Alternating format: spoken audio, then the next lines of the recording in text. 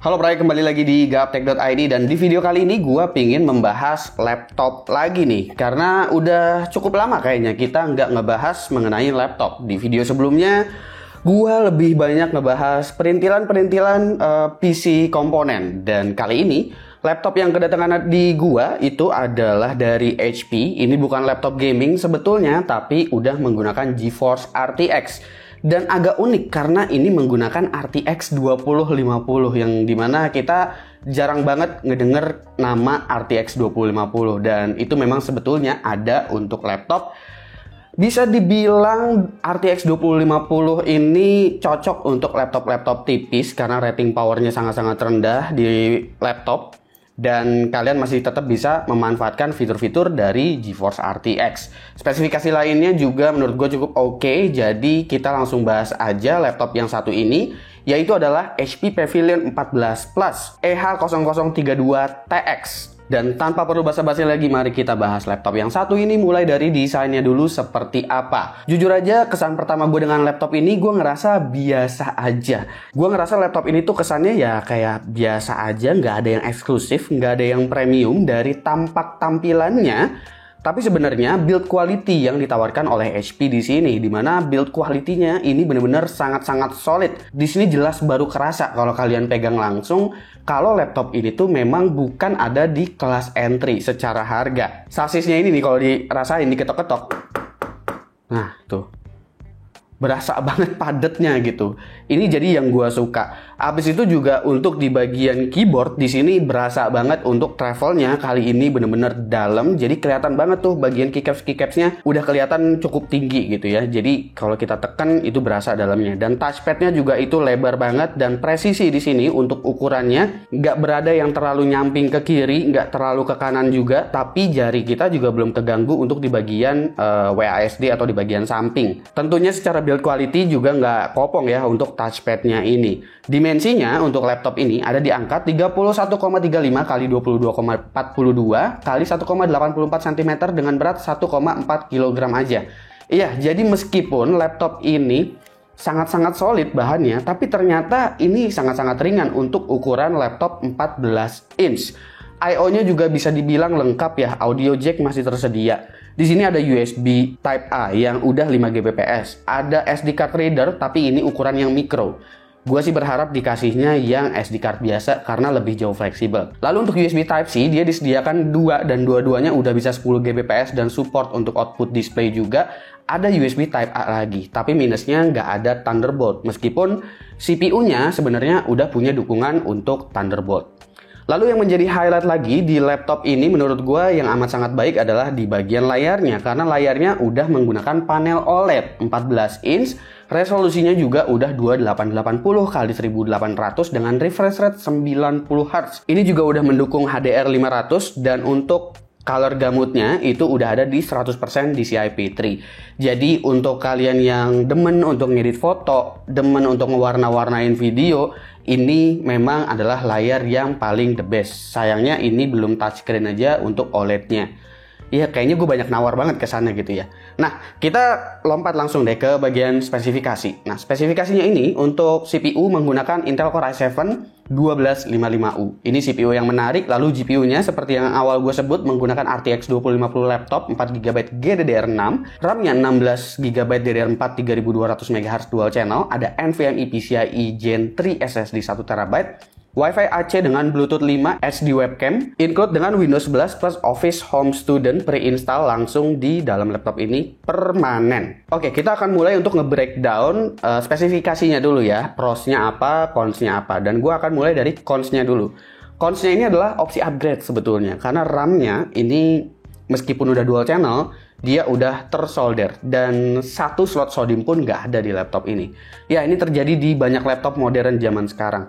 Lalu yang kedua yang gue catat di sini adalah NVMe-nya cuma ada satu slot dan dukungannya hanya NVMe PCIe Gen 3. Padahal CPU-nya punya dukungan untuk NVMe PCIe Gen 4. Jadi gue rasa kayaknya di sini HP udah mulai memangkas biar laptop ini nggak dijual dengan harga 20 juta gitu ya. Karena layarnya udah OLED, habis itu juga pakai i7 1255U. Lalu Wi-Fi-nya di sini belum Wi-Fi 6 yang dimana seharusnya Laptop zaman sekarang rata-rata udah pakai Wi-Fi 6. Di sini masih pakai Wi-Fi AC. Cuma sebetulnya Wi-Fi AC nggak begitu masalah selama router yang kita pakai itu memang belum Wi-Fi 6 juga. Dan kayaknya kebanyakan memang masih pada pakai Wi-Fi AC kan untuk routernya. Lalu nggak ada Thunderbolt sih, itu aja paling yang jadi cons. Karena kalau kita bicara prosnya, gue cukup seneng karena laptop ini dikasih Intel Core i7 1255U. Ini adalah CPU 10 core dan jumlah i-core-nya lebih banyak, sehingga dari segi pendingin pun ini nggak terlalu sulit untuk dijinakin. Dan performa multi-core dari Core i7 12550U juga jempolan banget, bisa diandelin banget. Dan iGPU-nya masih tetap hidup, jadi kalau mau pakai Intel QuickSync juga masih bisa. Banyak keunggulan-keunggulan yang bisa kita dapetin dengan Intel Core i7 1255U sebetulnya. Gue senang banget dengan generasi ke-12 dari Core i7 1255U ini. Karena menurut gue secara performa ya cukup imersif lah gitu. Meskipun ya i-core-nya ini berbeda dengan i-core-nya smartphone ya. Tapi memang ya lebih efisien aja secara penggunaan daya. Lalu untuk RTX 2050. RTX 2050 juga di sini gue nggak bisa bilang jelek. Karena RTX 2050 di sini punya rating 35 watt yang menandakan HP menginginkan laptop ini tetap punya fitur-fitur yang bisa dimanfaatin oleh GPU RTX only. Contohnya seperti apa? AI. Yang kita bisa manfaatin salah satunya itu di NVIDIA Broadcast. Jadi kalau kita pakai webcam, kita pakai mikrofon, AI noise cancelling juga jadinya udah ada di laptop ini. Lalu untuk eye contact juga karena menggunakan NVIDIA Broadcast yang terbaru itu masih bisa jalan juga di RTX 2050. Jadi kalian juga bisa manfaatin itu. Lalu akselerasi lain seperti CUDA Core untuk kalian editing di ekosistemnya Adobe. Lalu juga kalau misalkan kalian ingin menggunakan DaVinci atau kalian ingin menggunakan OBS, kalian masih bisa mendapatkan akselerasi dari encoder NVENC-nya yang memang udah juara banget si NVENC ini. Jadi sebetulnya RTX nggak hanya digunakan atau dimanfaatkan hanya untuk keperluan gaming, tapi ketika dia dikasih rating rendah di 35 watt, sebetulnya bisa dimanfaatkan oleh laptop-laptop yang tujuannya memang bukan gaming seperti ini. Jadi menurut gue CPU dan GPU abis itu untuk monitornya sih, untuk bagian layar yang memang jadi pros di laptop ini, sehingga HP masih bisa menjual dengan harga ya bisa dibilang ini masih di bawah 20 juta lah ya, karena kita nggak bicara laptop gaming. Mungkin laptop gaming di budget segini bakalan ada yang jauh lebih tinggi otomatis spesifikasinya. Nah, secara performa seperti apa? Sekarang kita bakalan bahas aja performanya seperti apa, karena dari segi utilities di sini nggak ada yang aneh-aneh karena ini bukan laptop gaming. Jadi HP Command Center-nya hanya tersedia beberapa profil aja yang bisa kalian atur nanti mau dari quiet, balance ataupun performance seperti itu. Oke, kita lihat aja performance dari HP Pavilion Plus 14 EH0032TX ini seperti apa. Oke, kita langsung mulai aja seperti biasa ke Cinebench R23 untuk ngecek konsistensi performance-nya dari Core i7 1255U di HP Pavilion Plus 14 ini. Untuk running pertama itu multicore-nya ada di 6582, lalu setelahnya masih cukup konsisten di 6469. Tapi di running ketiga dia udah mulai drop ke 6043, tapi abis itu dia naik lagi ke 6500-an. Dan sejauh ini nggak pernah menyentuh di bawah 6000 sih setelah 5 kali run. Jadi bisa dibilang performance CPU-nya cukup konsisten. Dan kalau kita lihat di sini sebenarnya power limitnya itu cukup tinggi ya. Ada di 39 watt untuk PL2-nya, sementara PL1-nya ada di 22 watt. Yang berarti HP di sini udah ngetuning CPU-nya di atas rating TDP-nya, yaitu adalah 15 watt. Dan CPU package-nya di sini untuk temperaturnya masih berada di bawah 95 derajat Celcius, yang berarti masih berjalan di bawah TJ Max atau junction temperaturnya. Jadi ini termasuk adem. Lalu kita cek juga untuk video editing di Adobe Premiere. Di sini untuk playback udah pasti lancar-lancar aja karena ada CUDA Core dan segala macam. Yang kita cek di sini fokusnya langsung aja untuk ekspor ke preset YouTube 4K. Jadi projectnya ini 4K diekspor ke 4K lagi dan beres dalam waktu 2 menit 54 detik. Kalau kalian mau ekspornya ke Full HD itu dia bakalan lebih berasa lagi karena cuma 1 menit 49 detik aja. DaVinci Resolve di sini kita masih tetap bisa manfaatin Intel QuickSync sebagai encodernya apabila kalian lebih suka menggunakan Intel QuickSync. Di sini untuk RAW 10 menitan, di sini 13 menit sih lebih tepatnya, itu beres di encode dalam waktu 3 menit 22 detik untuk menggunakan Intel QuickSync. Sementara apabila kalian menggunakan Nvidia NVENC itu juga sekitar 3 menit 28 detik, jadi nggak terlalu beda jauh. Dan daya tahan baterainya mau lebih panjang, sebenarnya pakai Intel QuickSync aja itu udah beres sih buat encoding video. Gue juga ngetes OBS di sini dengan beberapa layer ya. Gue taruh karakter VTuber di situ, habis itu gue taruh video playback juga.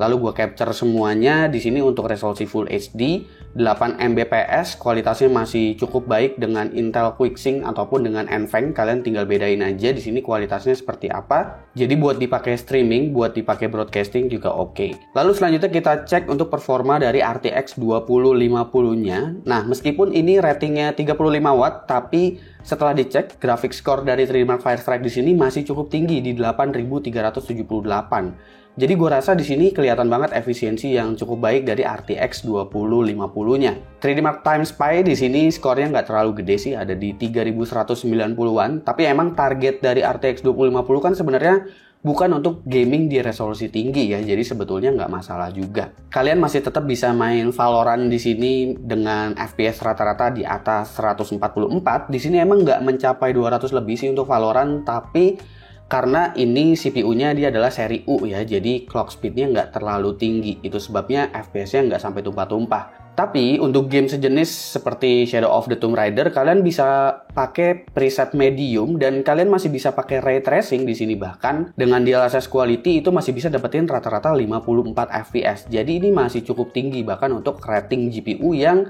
sebenarnya powernya sangat-sangat rendah di 35 watt aja. Death Stranding kalian bisa kejar untuk 60 fps. Bahkan di sini dengan preset very high, tapi kalian memerlukan DLSS quality. Tenang aja, DLSS quality itu nggak memperburuk gambar kok, tapi justru malah semakin bagus gambarnya apabila kalian menggunakan DLSS quality. Jadi untuk game AAA juga udah cukup oke. Paling gue tambahin lagi di sini satu game seperti Horizon Zero Dawn, game yang emang nggak ada ray tracing juga. Dengan favor performance di sini apabila menggunakan DLSS quality, kalian masih bisa mendapatkan rata-rata FPS di 54.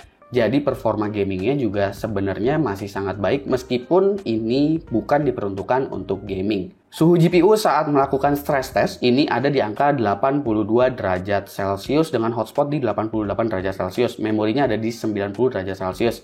Ini sebetulnya masih tipikal yang standar, nggak bisa dibilang panas, tapi ini nggak bisa dibilang adem juga. Lalu untuk kecepatan SSD, sayangnya di sini meskipun sebenarnya ini adalah NVMe PCIe Gen 3 yang bagus dari Samsung, tapi sebenarnya gue mengharapkan NVMe SSD-nya itu adalah Gen 4, karena di sini ya kita cuma dapat read di sekitar 3 GB per second aja. Ini bukan kecepatan yang buruk sebetulnya untuk PCIe Gen 3, tapi seharusnya di level harga ini HP masih bisa memberikan SSD yang jauh lebih baik dengan NVMe PCIe Gen 4. Oke, dari tadi gue singgung-singgung mulu soal harga, tapi gue belum nyebut harganya itu berapa. Kita sekarang masuk di bagian harga dan juga kesimpulan. Untuk harga, sekarang ini harganya udah turun lagi ternyata pas gue lagi syuting, jadi 16.799.000. Sebelumnya tuh laptop ini sempat dijual dengan harga sekitar 20 jutaan, dan menurut gue itu memang masih amat sangat tinggi.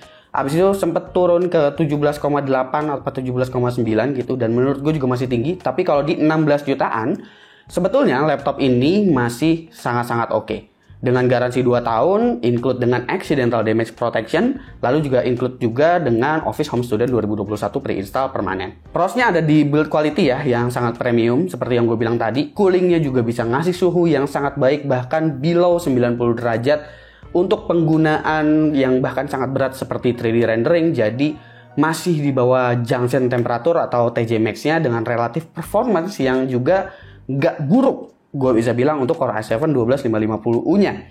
RTX 2050 juga bisa dikatakan poin plus, meski bukan ditargetkan untuk gaming, seenggaknya Tensor Core ini bisa dimanfaatkan lewat Nvidia Broadcast, karena GPU seperti MX Series atau seperti GTX Series itu nggak bisa dipakai untuk Nvidia Broadcast dan juga fitur-fitur AI yang memang memanfaatkan Tensor Core gitu.